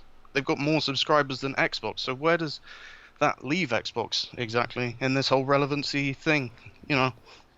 Anyway, I'll speak to you guys later. I think what he's looking for is correct. Well, I mean, there's no real correlation, I don't think, between the subscribers and views for things. I mean, it's weird how it works. Like, not everything appeals to everybody. If you want to go by that, go look at some of those announcements for PlayStation Plus, and there's thousands upon thousands of dislikes, because people don't like it. So, I mean, I do agree. If maybe they can rework Kinect Sports Rivals with avatars and make it not use Kinect, and it would be popular, because that wave race stuff is fun as hell. I'm with you. I don't know. I personally, I didn't really get the caller's question. Dude, Thumb Thumbs, here's the thing. You guys want to beat this, harp on this stuff. I like multiplayer games. You play with your friends. We're laughing and drunk and having a good time playing Sea of Thieves. That's what it's all about. When you're playing a single player game like Horizon Zero Dawn, and the guy's and you got these annoying quests where it's a dinosaur ran off with my stick and bit my leg. That's not fun. And the voice acting. I keep hearing Will Ferrell. I keep hearing Will Ferrell when he fell down the pit in Austin Powers, and he's like, "My leg." Exactly. My leg. They're totally different. One of them, you're just by yourself. The other, you're with your friends. Yeah, and that's what makes the game. Yeah, thumbs. You got to listen to what Crap's saying. This is not a saying your game's better than this game. All I'm saying, he's saying personal preference for those fetch quests and the acting that was in Horizon Zero Dawn. For me personally, I even had a hard time getting through it, and I've pushed through a lot of Sony games. Where Sea of Thieves, I understand from the outside looking in, you're looking at it, and you're like, where's that extra content? But the absolute laughs that we had, just me, Crap, Xbot, who joined us also, Crap? It was Graves. And we had a blast. I mean, we were laughing like hyenas. It was hysterical, just yucking it up. And that's the thing about Xbox I said earlier in the show, is you've got to realize that Xbox is focused on multiplayer experiences, and you're focusing in on single player, and that's okay. But you can't say that someone had a bad time on Sea of Thieves because they didn't have an extra 4 hours of content. We do got a call, though. MNC Mornings. Sorry about that. Hey, Mooch. Hey, Crap. Good show. I just want to know your opinion on this new, maybe exclusive for Microsoft Dark Tide. Y'all have a good show. I've seen this now multiple times today, Crap. What have you heard? You have anything? This was like an old tweet, from over a year ago or something, too. That this guy that writes this Dark Tide book or whatever, is turning it into an Xbox game. So, it wasn't Dark Tide. Wasn't that something that was in the PC world? Is that a PC? Was a PC game, or played a role in a PC game, or I don't know. I thought that was the case. I could be completely wrong, but listen, if that's the case, I don't know anything about it. I'm not going to put words in anybody's mouth. Okay, but well, I'm excited. It was a turn-based strategy RPG. Yeah. And now I'm looking it up now, and this, like I said, this was from last year. It was actually Tick that did this. My short Dark Tide may become the basis for a new Xbox game. That would be fun, according to this guy. So, I mean, this one went, and it's funny because this thing has basically one comment on it, so it kind of went under the radar. Right. Yeah, so this guy was author of such books as Broken Empire and the Red Queen's War. The short story Dark Tide might become the basis for new Xbox games. So yeah, I mean, listen, I got news for you. If that is something, that's something I would embrace.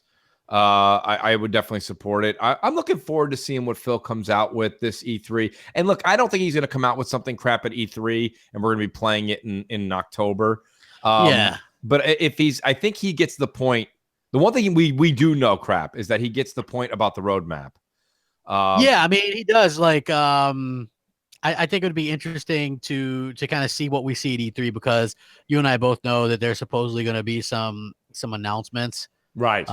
Will those announcements be stuff that everybody's waiting for? Yeah, like that's more the question. You're fired. Jay's been waiting for that one. But you know, I think it's gonna be an interesting E3. Again, I want to reiterate, it is not doom and gloom if this isn't the E3 that you've wanted, but I do think it'll be a tell all for a lot of Xbox fans to see the direction of Microsoft. Right, crap? I mean, at the very least, you will know by the end of this E3, I think, if this is the console for you. Right, or the one that you've started with, because I mean we got to see something. I think Phil will put some sort of a roadmap out there. Yeah, like that. Like we're gonna get some stuff. Like who knows? It's here's the thing. It's like if you're looking around and he's like, okay, well I've got Forza Horizon that I'm gonna announce, a Halo that I'm gonna announce, a Perfect Dark that doesn't have realistic graphics, and a Fable that doesn't have realistic graphics. Right. Is that going to please the people that want these realistic graphics? Like, I've never heard such bullshit in my life about realistic graphics. It's so insane to me. Right. Especially given that the games that released on PS4, like the Knack 2s and the Ni no Kunis and the Persona 5s, right, those aren't realistic graphics, and you don't hear people really bitching about that. So I'll never understand that, especially since Phil can't go to these developers. Like, people go, Phil needs to give these developers more control over what they do. Developers. Steve, you got to give more control over them. Let them do their own vision. But yeah, Phil, tell them to do realistic graphics. How does that work out? Yeah, I mean, it's hard because I think crap, you iterated this. If you didn't just say it now, you've said it before. The developers. Scott, people don't want Microsoft to announce games that are 4 years out like Sony. We want to know what's coming next year. Yeah, I wouldn't mind. I actually wouldn't mind both, but I think that's the difference. I'm not really looking forward to 3 years out is in the next gen, so that's not really at this point. Yeah. So that's not really something that I care. It doesn't matter to me 3 years out, but I would like to know what's coming next year, maybe 18 months down the road. No, I totally agree. I don't think that's too much to good intro crap to kind of move into with the developers bit by Jay. There is our good friend and esteemed colleague Cliffy B has released Radical Heights. Yeah, Fortnite Heights. Yeah, and oh yeah, there we are. I love how we Fortnite Heights. Anyway, I don't know. I think the problem I have with this, and I said it yesterday on me and JKB show that I thought was interesting, is that you ever see the movie Multiplicity, crap? Yeah. You've got when number 2 was made by Michael Keaton in that movie, it was crisp. He was like, this is my dude, my number 2. He's going to go to work for me. He's going to do this. He's going to do that. He was very, when you start making a copy of a copy of a copy of a copy, you start running into problems. I'm not saying Radical Heights won't be good, but it's definitely copying off of what Fortnite copied off of PUBG. You see what I'm saying, folks? Yeah. There's no stopping unfortunately, there's no stopping the Fortnite craze. If you look at, they're all constantly adding stuff. I think the big difference between what they can do with Fortnite and what's happening with PUBG right now is Fortnite is backed by Epic Games. Yes. And PUBG is backed by a team of people that this is their first game. Yeah, it's like 8 people still in a garage. I don't understand I mean, I don't know. I'd love to know. Well, I mean, look, PUBG's obviously fallen off. Even on Xbox, they're doing like a free play thing or whatever, this upcoming weekend or whatever. So, Fortnite, they're going to add new map. They'll probably beat Well, I don't know because we are supposed to get the new PUBG map next month on Xbox, but yes, they could even beat that to the punch. You know what I mean? Like their game already runs at a they smooth certainly 60. can. Crap. Listen, I got news for you. Look, Crap. Listen, guys, everybody in the chat. I'm trying to get Crap to come around. I think Fortnite's a lot of fun. Hashtag fun. Sure. That's great, Crap. Sure but I'm not coming around. No, listen, it's just like it's not. I don't know. It's for me. It's not as good. It's okay. Right. It's just I don't like the building aspect. I understand it's not your cup of tea, but I've been watching. There's been so many like tips and this and that videos on YouTube. I've been watching about the building aspect and Crap. If you watch it, they're literally like 3-minute clips. Yeah. And it really does help in understanding the aspect of it. I just played again. I played like 3-4 rounds the other day, or it was yesterday in the afternoon, and it was awesome. It was a lot of fun. We got to like, what did we play? We played a teams of 4. And we got to like the number 4 rank, we survived to the number 4. And I was like, that was pretty cool. Look, it's to me that game. Yes, of course you want to win. PUBG, you want to win, but it's just a lot of fun getting into the top 10. And we have a call, so we'll take that call. Come on down. Hey, Mooch and Crap. This is Yahweh Wee. I hope you guys are having a great day. Hey, I heard you talking about Fortnite and this Battle Royale craze. I got a question. Do you think Anthem is going to be dead on arrival since Destiny 2 is pretty much dead, and that genre of gameplay has died out, and the PUBGs and stuff are starting to take over? Thank you very much. Bye. I think Anthem's DOA. I think BioWare's in trouble. I think Crap's right on that second part. I think BioWare's, if they get their act together, I was very excited for Anthem. I don't know. I've read one article, Crap, that agrees with what you said, that says, EA has basically given BioWare an ultimatum. Like, this is your last extension. This is probably your last extra pot of money you're asking for. Now make the game. Yeah. And I have a problem when I see that kind of stuff, because at some point when the money runs out and you're out of sand in the hourglass, the game's got to come out. Thank you, Jay. And the game's got to come out. And when the game comes out, that's it, folks. So, I mean, that worries me a bit, Yeah, I 100% agree. I think EA is in a little bit of trouble, to be honest with you. So, right. If you just look at what they're doing, apparently that they were working on a new Dragon Age game, and that's like a skeleton crew working on that right now. Apparently they shut down the team that made the newest Mass Effect, so that series is done. They closed down that studio, Visceral, that was working on that Star Wars game. Yes, that's right. 1313. Battlefront 2 just had a bunch of problem. Not 1313, dude. They were working on the Amy Hennig one. Oh, the Amy Hennig one also. Yeah, that's right. That's right, Crap. So Battlefront 2 is having a lot of problems. Well, EA did pick up Respawn, though, which is also working on a Star Wars 3 and some Star Wars game. Yeah, so I mean, hopefully they go back to their roots with Titanfall 3. Here it is, all these years later, and they've had two Star Wars games, and both of them are Battlefront. But getting back to the whole Radical Heights thing, I watched because it's only on a Steam early preview. I'm not going to sit here, especially after all the nonsense that went on with PUBG's early access. I'm not going to sit here and bash the blunders and the missing content that's in, because it's early access. Okay. So, with that being said, there's no fault, no blame to be had on Boss Key or Cliffy B. But my only thing was, I'm watching the game. I didn't really care about. I mean, I think the game looks. It's in its infancy, by the way, folks. It's at its infancy. There's not even. We don't talk about blades of grass. It's just like somebody scratched a Crayola green crayon across the ground. There's nothing there. So it's very bare bones. But I was looking at the fundamentals, the mechanics, and the mechanics looked very, very not so good. Said, oh, you know what? Fortnite has vending machines. We're going to put ATMs and make money the threshold. So you're changing the point system and acquiring things. And Boss Key already made a fatal error. I believe when they launched this past week, they already had they removed it. They removed it immediately, so give them credit.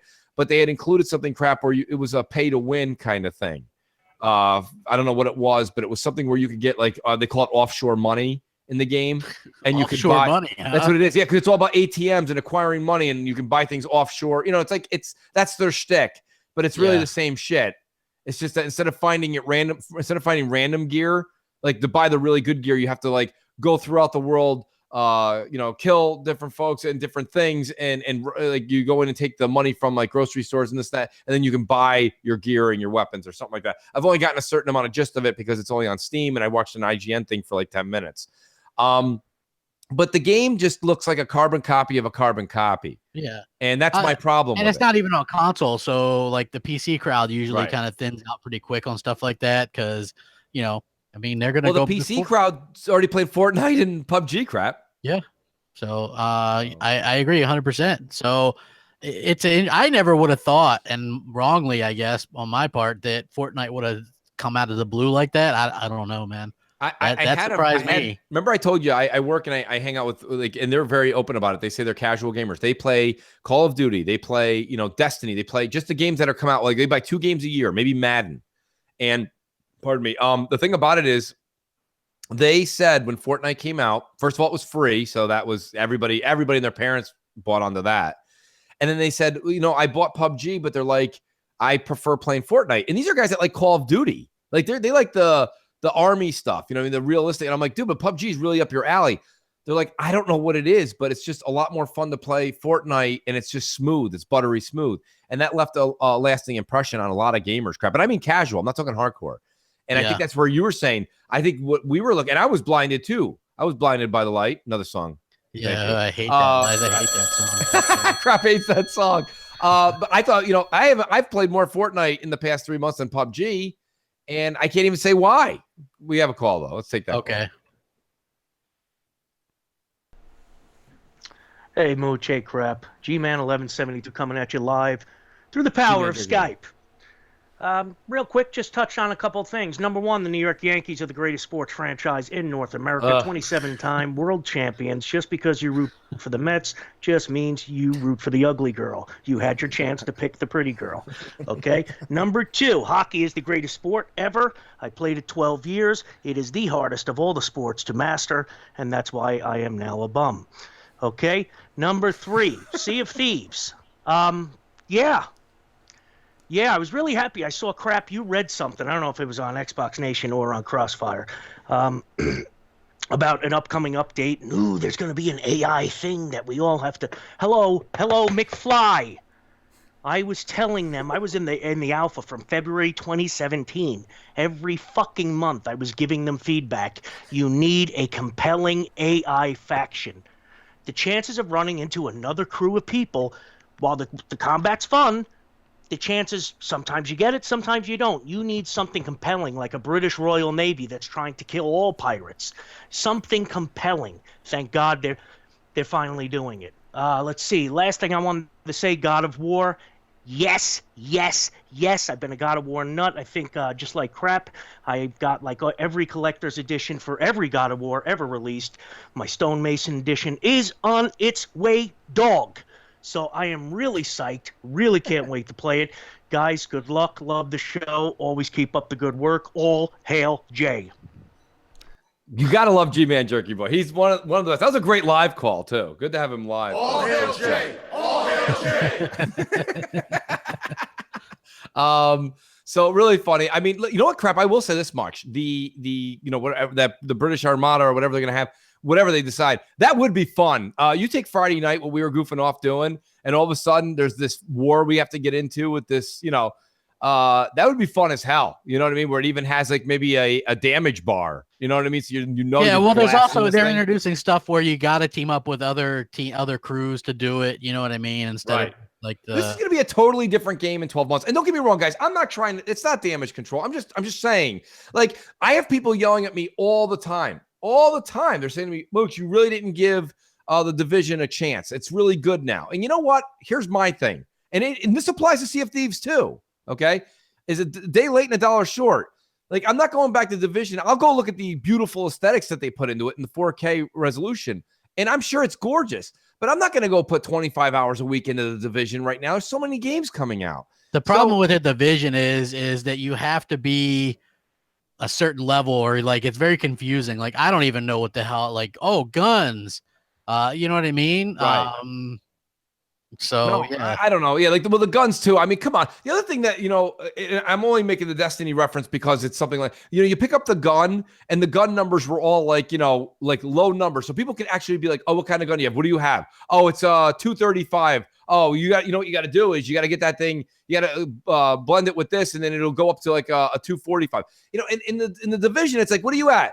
Oh, 7,733. Yeah, what does that mean? What's the gun that you got? The purple, the blue, what? I got the purple, the blue, the gold, the orange.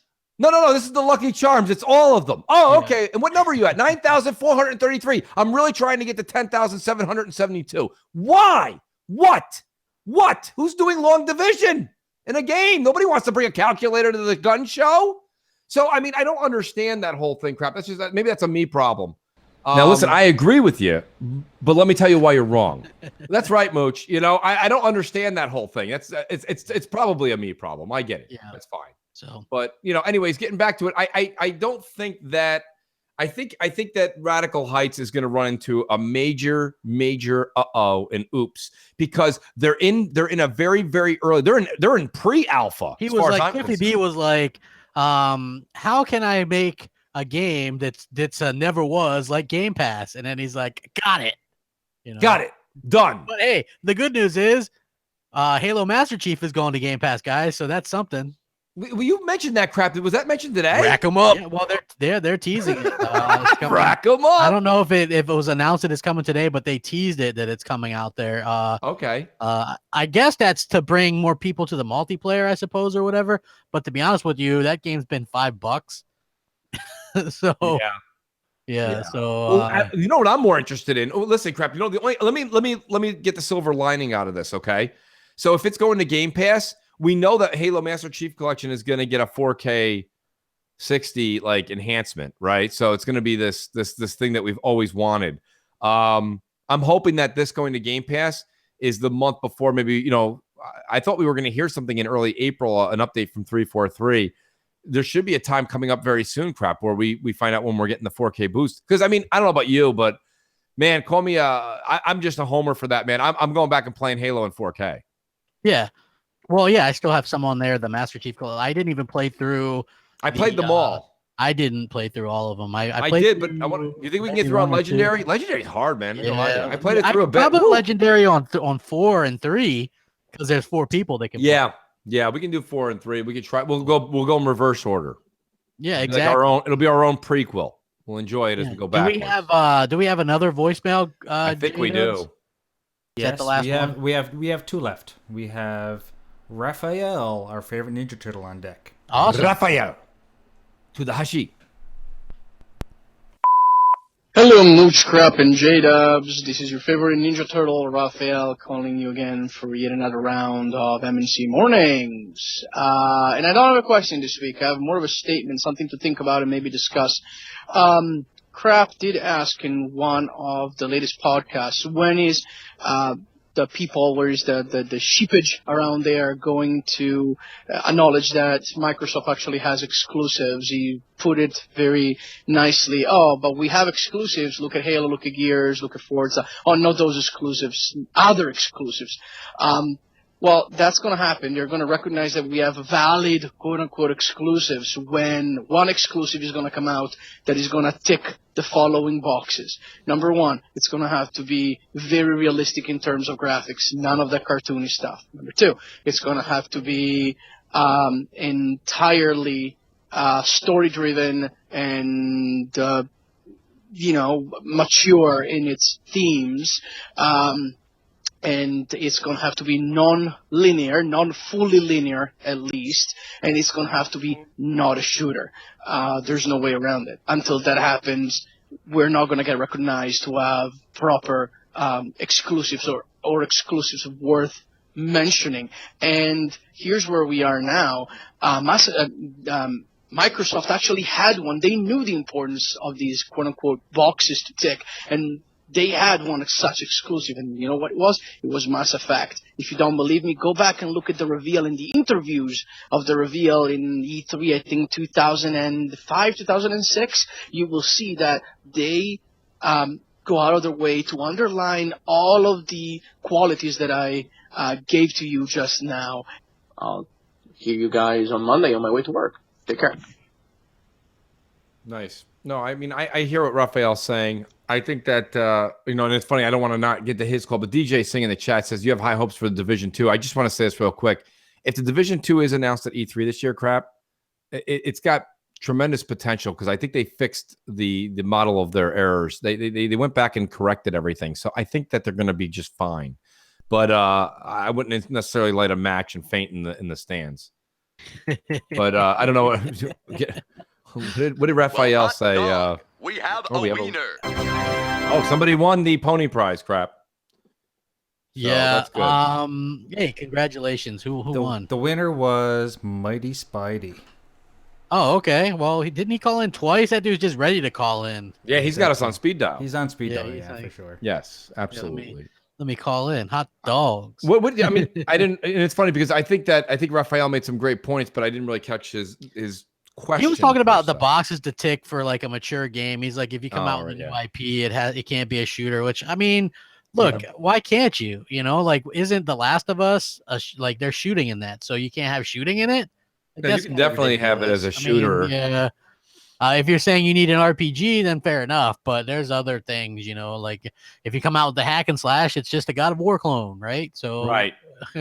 I mean, it's hard. I mean, look at whether you're talking about movies or music, the industry, everyone's kind of just copying off of each other lately, right? Yeah, it's not really like we're getting here. You have PUBG is this phenom that hits, over a year ago, and it's like, all right, great. And then you just get clone after clone after clone. So it's hard for a lot. And then the hard thing is imagine you are a talented developer. Imagine you have to make these pitches to these publishers. It's so hard, man. They don't want, and the publishers don't want to pay for a flop, So I mean, it's hard. It is a hard business. It is. It's easier to just go and make, God of War again and Halo again. It's easier because they know that there's a fan base out there that's going to support it. And so that's why you don't see so much ingenuitive action or activity coming on in the gaming industry. But there are a lot of people trying in the indie space, Crap. That's why the indie space has grown. And to their credit, when this generation started, indie games were IDARB. Okay, hey, I like IDARB. So. That's great, Crap. I like crossword puzzles when I'm bored waiting at a doctor's at least it appointment. was a multiplayer aspect to that game, which is right. why I liked it. So. Oh, absolutely. But I'm saying like we've come a long way from that, pixelated, there's some games that are still the pixelated whatever, but they kind of do that as a on purpose. Where before I think they were doing it because they had to. Yeah. So I don't know. I think indies have come a long way. I think technically Hellblade's an indie. Look at that. Yeah. Oh. Good distance there. We have another call. We do have another voicemail, so we can do that. JW, or do we have a call? No. We've got our last voicemail is UK Rob. All right. Hey Mooch. Hey Crap. Hey Jay. It's Rob from the UK here. Just wanted to check in, say you're doing a great job. And I've got a question. So now we finally calmed down and realised that next gen's not coming now probably till late 2019, 2020, which would have been crazy to think it would have been 2018. What do we think is going to be Xbox's focus for next gen? Does it double down on games? Does it learn its lesson from the Kinect TV box stuff? Or does it start going down the route that I think Sony will go down, which is VR? I actually think VR might end up sinking the PS5, become too VR orientated, switch a lot of gamers off. But do you think Xbox will go the same way? Let me know what you think. I think next generation is going to have a lot to do with VR. Hey, VR is the future, people. It's the future. It's hip. Don't even go there. It's the future. I'm telling you. It's cool. Great. It is. I tell you what, man. I love VR, man. I'm so happy when people go to me and they go, you know what, Crap? I gave you shit for liking VR, but it's really, really great. You know? I do get the equal amount of people saying that VR is trash. Yeah. The ones that don't try it, certainly they're going to say that. I mean, myself personally, look, the rumors are that Sony's PS5 is going to be heavily influenced with VR. They're baking it into the chip. So that's fine. It's not going away. That means it's going to be super powerful, by the way. Yeah, well, I think the Xbox 2 and the PS5 are going to be super powerful. I think the Xbox will also have its own version of VR.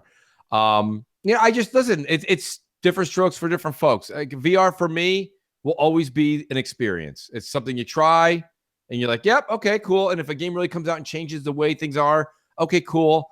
And then you just put it like I literally haven't touched my headset in I don't know how many months. I don't even touch it. Like I forgot That, I my even had friend, it. is a you problem. It certainly is, Mooch. I mean, I think that crap. Realistically, again, I take me and you out of the thing is, though, you're not really a PlayStation guy either. I mean, I'm sure if you had that set up for Xbox, I don't know though. I don't know if Xbox changes it. I think it may change it more. So let's say Halo has a VR component, right? Crap.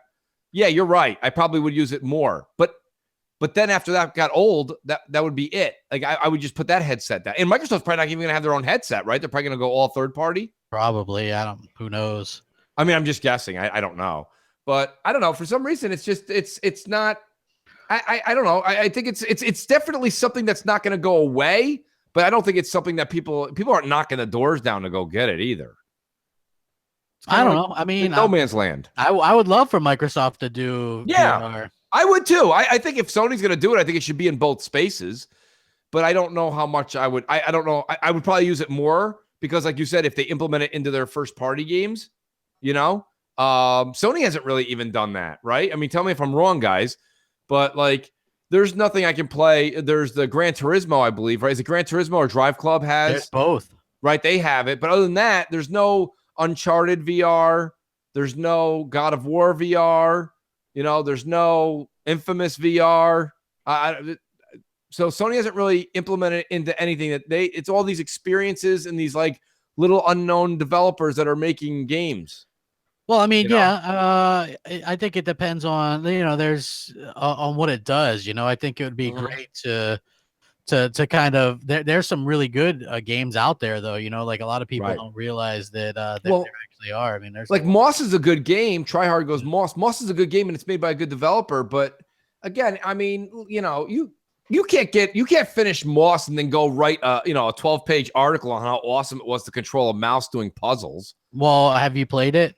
No. I think it's completely like, I would play it and then kind of like it's something very special in the VR space, in my opinion. Okay. Well, you're saying it utilizes VR very well. Yeah, I mean, it's like you feel like something, man. You feel like maybe a kid, like when you were. It's hard to explain. You really gotta like kind of play that. There's other games that are like that too. Like the first time I played that little mission on Star Wars, right? And you're in a X-wing and you're flying around the asteroids and doing dogfighting combat missions like that.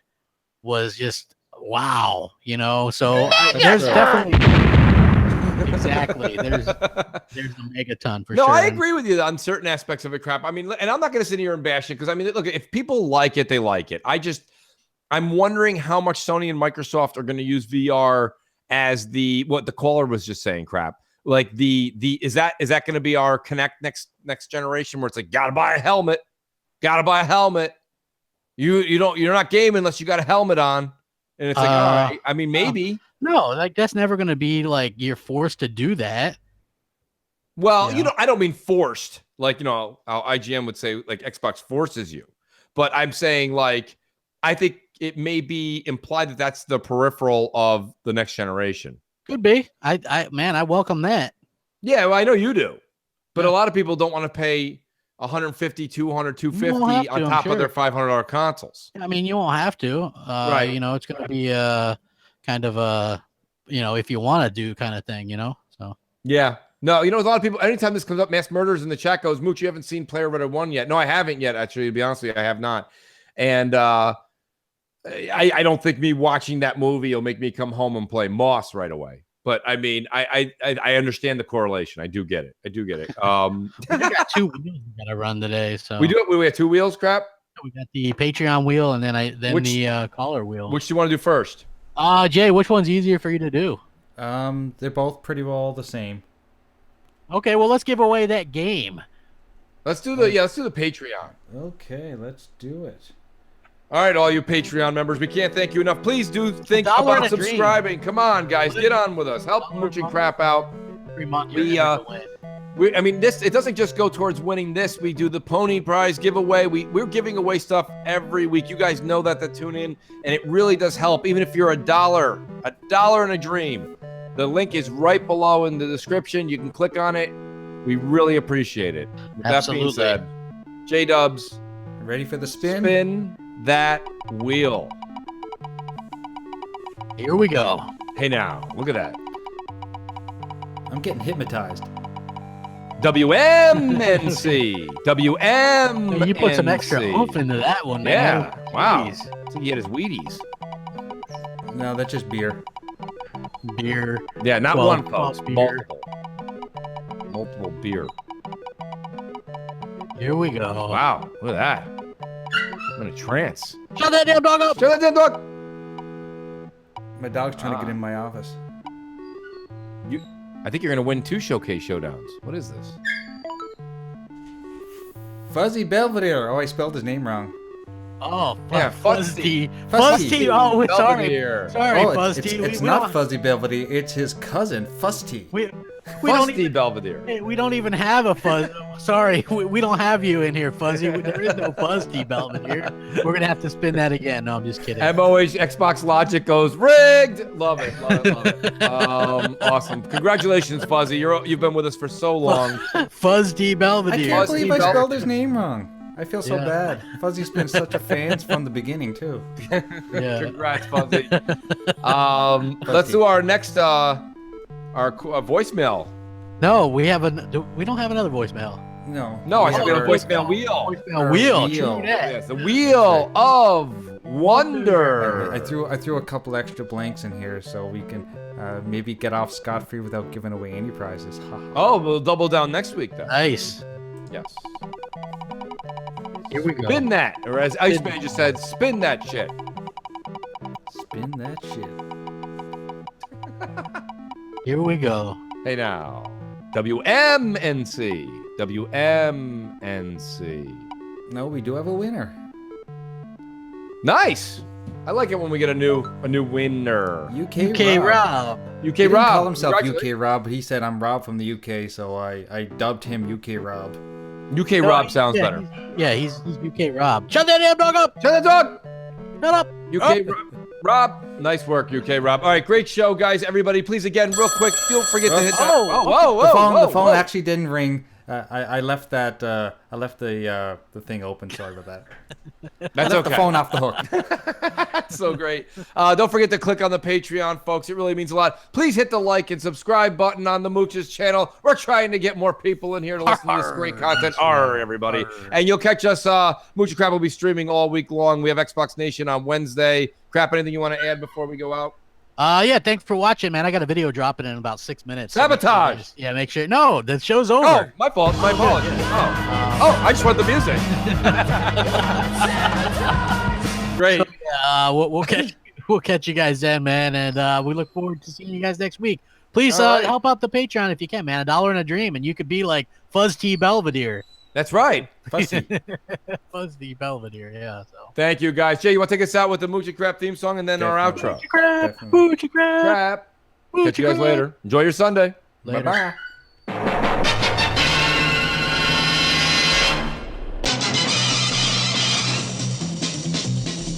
Mooch and Crap, Mooch and Crap. They talk about games and no drama smack. Search the web for media ties to catch these ponies in their lives. Look out, here comes Mooch and Crap.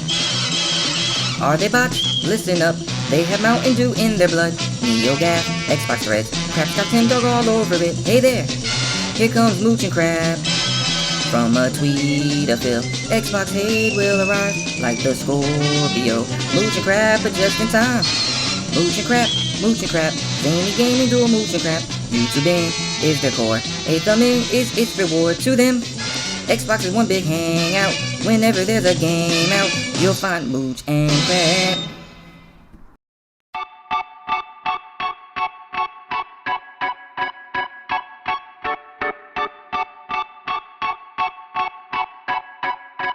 Wake on up. It's Mooch, it's Crap, and Jay in the morning. Wipe your eye boogies, get your coffee finished yawning. This is Mooch and Crap. Show.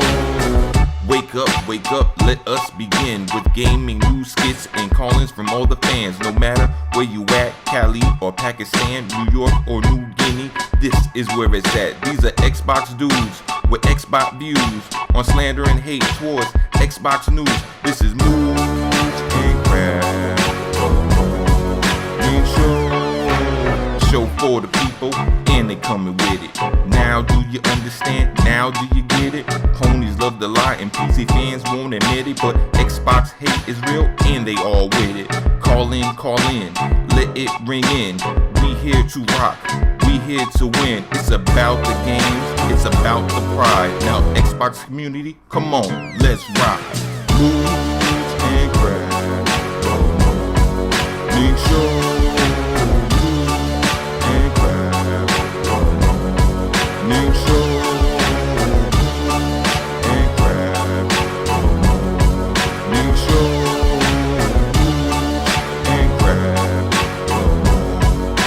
Show, oh, oh.